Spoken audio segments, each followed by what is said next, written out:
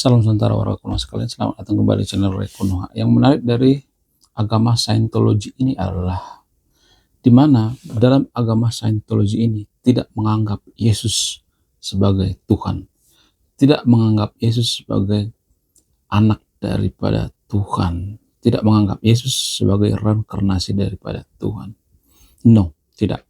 Dalam agama Scientology ini, Yesus Kristus dianggap sebagai guru spiritual, ya. Yesus itu hanya sebatas guru spiritual, bukan Tuhan, bukan anak Tuhan. Nah, yang jadi pertanyaan, kenapa? Apa alasannya? Apa perbedaan antara agama Scientology dengan agama Kristen? Bagaimana sejarah daripada agama Scientology ini? Menarik untuk dibahas, ya. Dalam agama Scientology, Yesus Kristus tidak dianggap sebagai Tuhan karena beberapa alasan. Apa itu alasannya? Alasan yang paling masuk akal itu adalah karena Yesus dianggap bukan reinkarnasi daripada Tuhan atau bukan anak daripada Tuhan. Kemudian alasan apa lagi? Ya, dalam agama Scientology ini konsep Tuhan itu tidak bisa dijelaskan atau sangat abstrak, ya. Jadi itulah alasan yang paling masuk akal kenapa agama Scientology ini menganggap bahwa Yesus itu sebagai guru saja, ya, guru spiritual, tidak sebagai Tuhan atau sebagai Yesus. Dalam agama Buddha, Siddhartha Gautama itu bukan anak Tuhan, ya, tapi sebagai pembawa ajaran atau guru spiritual, ya, bukan nabi juga, ya. Siddhartha Gautama sama seperti itu, ya. Siddhartha Gautama dalam agama Buddha itu posisinya sama seperti Yesus dalam agama Scientology ini. Kemudian tidak ada bukti ilmiah, ya, dalam agama Scientology ini tidak ada bukti ilmiah yang mengatakan bahwa, ya, atau yang mendukung bahwa keilahian daripada Yesus Kristus. Wow. Mohon maaf bagi teman-teman Kristen, ya. Ini berdasarkan sudut pandang Scientology, ya. Ini bukan sudut pandang agama Kristen, ya. Karena agama Scientology ini adalah agama yang dianut oleh orang-orang yang sangat berkaliber tinggi, ya. Para artis Hollywood, ya. Jadi bukan kaleng-kaleng ini agama. Dihuni oleh artis-artis yang sangat terkenal seperti Tom Cruise, ya, John Travolta, Leh Remini dan lain sebagainya. Ada banyak banget, ya, artis masuk ke agama Scientology ini. Jadi boleh dikatakan bahwa agama Scientology ini adalah agama para orang-orang yang elit, ya, yang super duper elit. Kemudian agama Scientology ini, ya, fokus pada spiritualitas pribadi. Scientology lebih fokus pada spiritualitas pribadi dan perkembangan diri daripada kepercayaan Tuhan atau dewa-dewa. Lebih fokus ke spiritualitas diri, ya. Agak lebih ke ini, ya, agama Konghucu, ya nggak sih? Benar nggak? Menurut saya pribadi lebih ke agama Konghucu, ya. Kenapa? Karena agama Konghucu juga tidak berorientasi pada Tuhan atau dewa-dewa dan lain sebagainya, tapi fokus pada spiritualitas pribadi. Scientology juga mengkritik agama tradisional termasuk Kristen karena dianggap tidak efektif dalam membantu manusia mencapai kesadaran spiritual yang lebih tinggi. Wow. Jadi kritikan daripada agama Scientology ini mengatakan bahwa agama Kristen ini tidak terlalu efektif untuk apa? Untuk membawa orang itu lebih baik. Dianggap sangat dogmatis, ya. Ya, saya juga akui bahwa zaman dulu, ya, bukan zaman sekarang. Zaman dulu itu agama Kristen itu sangat dogmatis, sangat-sangat dogmatis. Tapi sekarang saya melihat agama Kristen itu sudah bertransformasi, ya. Sangat baik menurut saya. Transformasinya itu dari agama yang dogmatis ke agama yang saintifis. Sekarang agama Kristen lebih ke agama yang saintifis. Apa buktinya? Buktinya agama Kristen itu lebih fokus pada mendirikan sekolah-sekolah daripada rumah ibadah. Bahkan di Konoha, ya, lebih banyak rumah ibadah agama Kristen daripada, maksudnya lebih banyak sekolah-sekolah agama Kristen daripada rumah ibadah itu sendiri.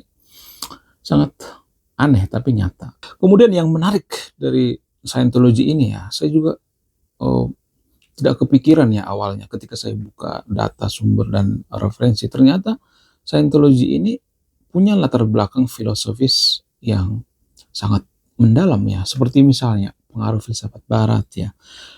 Scientology ini dipengaruhi oleh filsafat barat, terutama oleh pemikir-pemikir seperti, ya,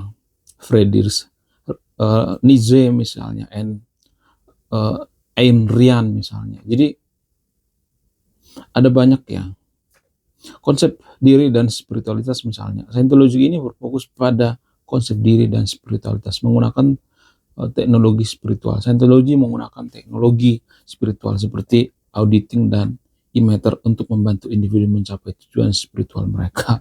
Wow, ya menggunakan teknologi, makanya namanya Scientology ya. Kemudian bagaimana secara lengkap daripada berdirinya agama Scientology ini? Awal mula dimulai pada tahun 1950-an ya. Didirikan oleh seorang penulis novel fiksi ilmiah bernama L. Ron Hubbard ya. Memulai mengembangkan ajaran dialektika yang kemudian berkembang menjadi Scientology. Jadi awalnya hanya ajaran dialektika. Jadi gini guys, kenapa ya banyak penulis ya, bukan rata-rata tapi kebanyakan penulis itu bisa menciptakan sebuah ajaran sama seperti Confucianism misalnya. Confucius juga kan sebenarnya kan dia seorang penulis ulung ya, sangat jago dalam menulis. Dan ini juga L. Ron Hubbard ini juga seorang penulis ya, penulis novel. Kenapa rata-rata, nggak semuanya tapi rata-rata pendiri daripada ajaran atau agama itu orang yang hobi menulis biasanya. Kenapa? Apa alasannya? Setelah saya mengamati ya, karena saya juga bagian daripada jurusan sastra ya, saya itu backgroundnya sastra. Setelah saya mengamati, saya perhatikan, ada beberapa alasan yang paling masuk akal kenapa kita itu bisa saja ya, nggak semuanya tapi ya, orang-orang sastra atau yang mengerti dalam menulis ya, teknik menulis, metode menulis dan sebagainya, bisa saja menciptakan sebuah ajaran. Kenapa? Apa alasannya? Karena kita dituntut untuk sangat kreatif. Penulis itu sangat kreatif guys. Ya, mohon maaf ya. Kitab suci apa yang paling banyak pengikutnya? Ayo coba kita tebakkan dulu ya. Jangan terlalu serius ya. Kitab suci apa yang paling banyak pengikutnya di dunia? Kitab suci seperti apa maksudnya? Genrenya misalnya. Apakah kitab suci yang banyak mujizatnya atau yang tidak? Jadi penulisan kitab suci itu kan metodenya kan sebenarnya kalau boleh jujur ya, hanya kitab suci yang di Konoha ya, metodenya itu ya menggunakan seperti metode penulisan novel kalau boleh jujur, karena kitab suci juga kan ini karya sastra kan. Kitab suci itu bagian daripada karya sastra. Cuma di Konoha yang mengatakan bahwa kitab suci kita itu jatuh dari langit ya. Ya, yang ditulis sama Tuhan, nggak ada itu ya. Ditulis sama siapa? Ya ditulis sama penulis lah, penerbit lah, diterbitkan sama penerbit. Siapa lagi kalau bukan kerjaan manusia. Jadi yang menarik ya daripada profesi penulis ya, seperti L. Ron Hubbard ya, terus Confucianism ya, ada banyak lagi ya yang mendirikan ajaran-ajaran itu. Mereka sangat piawai dalam menulis ya. Apa alasannya? Ya karena mereka kreatif. Mereka bisa mengembangkan yang namanya metafora. Sebenarnya saya tuh dulu hobi yang namanya menulis. Kalau saya kumpulin ya, mohon maaf ya, tulisan saya itu bisa satu pickup ya, mobil pickup L300 lah. Segitu banyaknya tulisannya. Tapi ya sayangnya tidak pernah diterima oleh penerbit. Sedih banget ya. Dulu saya sering banget ditolak sama penerbit. 33 kali saya ditolak penerbit. 30 lebih lah ditolak penerbit. Bayangkan saya ngirim naskah ke penerbit itu ya. Masih ingat itu namanya. GPU, Grab Media Pustaka Utama. Bukan GPU gosok pijat urut ya, bukan itu ya. Ada kali sampai 30 lebih saya ngirim naskah ke sana. Selalu ditolak. Kalau kita ngirim naskah ke sana itu biasanya dikirimkan balik lagi ke kita ya, biasanya ke alamat kita. Karena kita ngasih alamat juga kan di naskah itu. Kita kirim melalui kantor pos, nanti kalau ditolak biasanya dikirim balik lagi ke kita dengan surat cinta. Biasanya ada tulisan, maaf Pak, Ibu, kita belum bisa menerbitkan tulisan Anda karena alasan yang kita rahasiakan, ya. Biasanya seperti itu untuk memperhalus ya, biar kita jangan terlalu ini ya, terlalu stres amat ya. Mereka biasanya menuliskan, ya maaf Bu, maaf Pak, mohon maaf nih sebelumnya, tulisan Anda belum bisa diterbitkan, dalam kurung tulisan Anda jelek. Ya, itu artinya sebenarnya. Ya, gue nggak sudi nerbitin tulisan lu itu jelek banget, nggak ada yang baca gitu ya, kira-kira seperti itulah. Dulu saya sangat suka yang namanya menulis novel, ya, menulis novel fiktif ya, bukan fiksi ya, bukan non fiksi maksudnya. Kan novel itu kan ada non fiksi, ada fiktif juga ya. Ada novel yang semi ya, nggak semuanya sih. Ada yang namanya kreatif non fiction. Kalau di Konoha itu, Laskar Pelangi itu lebih ke kreatif non fiction ya, semi ya. Fiktif digabung dengan fiksi, semi, jadi kreatif non fiksi. Karena dalam kisah Laskar Pelangi itu kan orang-orangnya sebenarnya sebagian ada ya, nyata, tapi sebagian lagi ada yang nggak nyata, yaitu Lintang itu nggak nyata, itu cuman karakter imajiner daripada penulis itu sendiri, yaitu Andrea Hirata. Jadi bagaimana kita menulis? Jadi ketika saya menulis itu ya, saya berusaha dituntut untuk kreatif. Biar apa? Biar tulisan itu menarik. Ya. Jadi itulah asalnya kenapa kitab suci apa yang paling banyak pengadutnya? Kitab suci yang banyak mujizatnya, itu jawabannya. Ya. Jadi kalau ada kitab suci itu flat ya, nggak terlalu ada mujizat, terus kita bacanya itu seperti orang ngantuk ya. Bacanya itu ya pokoknya bikin kepala pusing. Flat gitu. Kita tuh nggak terlalu tertarik ya membacanya. Tapi kalau kitab suci itu misalnya, kisahnya itu sangat ini ya, banyak keajaiban ya, bisa menghidupkan orang mati misalnya, ya, bisa berjalan di atas air misalnya, bisa terbang ke bulan misalnya, bisa membelah lautan misalnya, bisa membelah bulan misalnya, dan lain sebagainya. Jadi kalau ada keajaiban seperti itu, orang-orang kan langsung ini ya, tertarik. Wow, ada keajaiban ternyata. Jadi saya juga ketika saya baca novel itu, kalau misalnya saya baca novel itu flat gitu terus ya, flat, nggak ada naik turunnya seperti roller coaster ya. Jadi keajaiban itu kan untuk menaikkan kita sebenarnya, itu adrenalin kita dalam membaca novel itu. Makanya biasanya dibumbui dengan sesuatu hal yang mistis, sesuatu hal yang memacu adrenalin lah. Terus sesuatu hal yang yang berbau dongeng-dongeng lah, yang berbau fiktif ya, di karang-karang. Biasanya apa?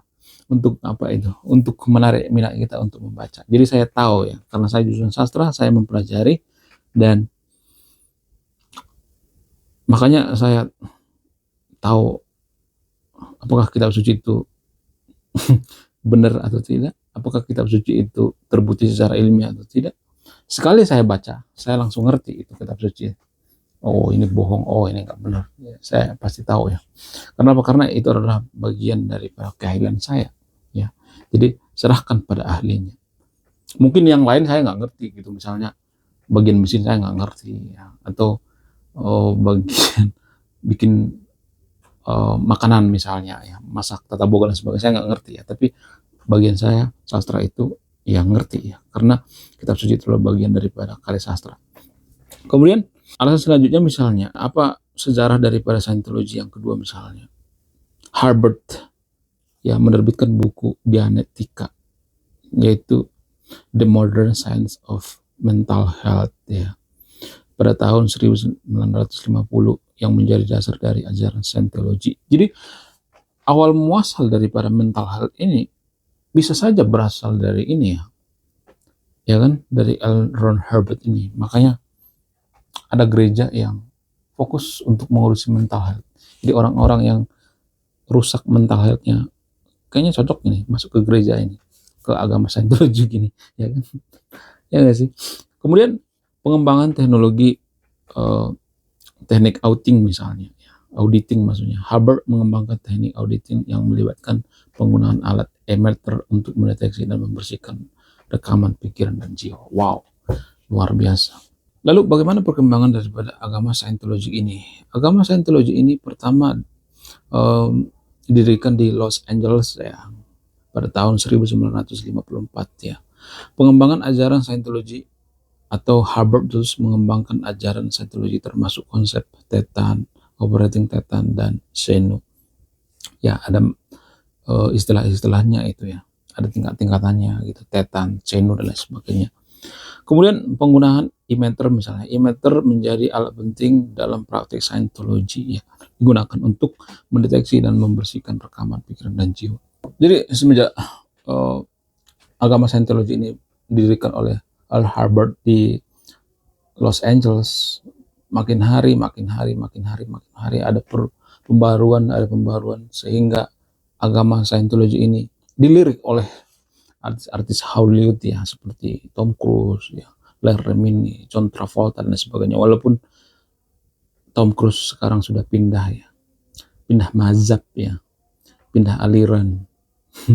Ya, saya melihat ya, berdirinya banyak agama di Amerika menurut saya itu salah satu bentuk kebebasan dalam beragama. Itulah kebebasan agama yang sebenarnya ya. Jadi kalau misalnya nih kita mengatakan ya di Konoha, saya akan mendirikan agama baru, maka kita akan dihujat sama netizen. Apa-apaan mendirikan agama baru? Sok tahu lu ya. Sok-sokan lu bikin agama baru, pasti kita dihujat sama netizen nih, dirujak sama netizen.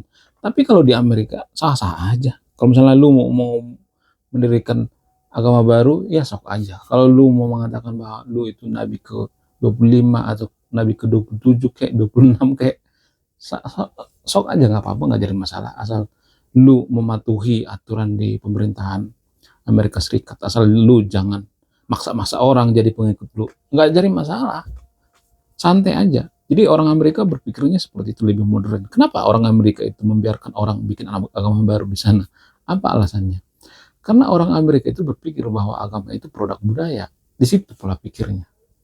Orang-orang Amerika itu rata-rata berpikir bahwa agama itu buatan manusia, bukan buatan Tuhan. Sehingga ada kebebasan di sana. Cuman bedanya di Konoha itu kan berpikir bahwa agama itu adalah buatan ilahi, nggak boleh diganggu gugat, sehingga kita merasa agama kita yang paling benar, agama kita yang paling suci, dan sebagainya. Pokoknya ribet dah urusan dengan warga Konoha ya. Warga Konoha itu rata-rata anti kritik sebenarnya, kalau boleh jujur ya, sangat anti kritik. Kemudian apa perbedaan Kristen dengan agama Scientology ya? Walaupun dalam ajaran Scientology itu mengakui bahwa Yesus Kristus itu sebagai guru spiritual ya, ada perbedaan yang sangat signifikan. Apa itu? Yang pertama misalnya, Scientology mengangkat Yesus Kristus sebagai seorang guru spiritual yang berpengaruh dan memiliki pengetahuan spiritual yang sangat tinggi ya. Tidak dianggap sebagai Tuhan ya. Scientology tidak mengangkat Yesus Kristus sebagai Tuhan dan reinkarnasi Tuhan. Enggak seperti itu ya. Scientology menganggap bahwa Yesus itu manusia biasa ya, yang memiliki kemampuan spiritual yang tinggi. Kemudian bagian dari sejarah spiritual misalnya, Scientology menganggap bahwa Yesus Kristus ya sebagai bagian daripada sejarah spiritual manusia, tetapi tidak dianggap sebagai pusat dan agama Scientology. Sementara dalam agama Kristen itu Tuhan Yesus ya, agama Kristen itu Tuhan Yesus Kristus sebagai Tuhan dan inkarnasi Tuhan ya. Sedangkan Scientology tidak ya. Peran Yesus Kristus misalnya, agama Kristen menganggap Yesus Kristus itu sebagai juru selamat dan pusat dari agama Kristen, sedangkan Scientology menganggap sebagai ya hanya manusia biasa, seorang guru. Kemudian ajaran dan doktrinnya, agama Kristen memiliki ajaran dan doktrin yang berbeda dengan Scientology, terutama dalam hal konsep Tuhan, peran Yesus Kristus, dan sejarah spiritual manusia. Sebenarnya masih banyak lagi ya tentang sejarah daripada agama Scientology ini. Ada kontroversi ya, ada tentang berita-berita yang aneh-aneh ya ada bentuk perlawanan terhadap Amerika. Tapi masyarakat Amerika atau pemerintah Amerika nggak pernah yang namanya membubarkan gitu, memfatwa gitu, mengeluarkan fatwa bahwa agama Scientology itu agama yang haram, tidak bisa diikuti, nggak pernah. Orang Amerika tidak pernah seperti itu. Itu yang saya salut dari agama atau yang saya salut dari negara Amerika ini. Dan saya juga berharap ya, mudah-mudahan kedewasaan kita dalam beragama itu sama seperti yang ada di Amerika ya. Walaupun Amerika itu dikatakan liberal ya, liberal dalam beragama dan sebagainya, tapi saya melihat mereka tuh lebih memanusiakan orang yang beragama. Sok, lu mau beragama atau tidak, enggak jadi masalah. Enggak apa-apa. Walaupun 70% Amerika itu masih percaya yang namanya Tuhan, tapi mereka sangat menghargai yang namanya orang yang tidak beragama. Karena apa? Karena pemikiran daripada orang Amerika itu, lu kan nggak bisa ngebuktikan Tuhan. Definisi Tuhan itu kan nggak ada. Tuhan itu kan abstrak, ya, sesuatu hal yang transenden ya, di luar daripada imajinasi manusia. Jadi bagaimana mungkin kita memaksa seorang itu beragama atau bertuhan kalau Tuhan itu di luar batas pemikiran kita? Itu pemikiran dewasa daripada orang-orang Amerika. Tapi di Konoha kan seperti itu ya, di Konoha dipaksa, kenapa kamu nggak beragama? Kenapa kamu nggak percaya Tuhan?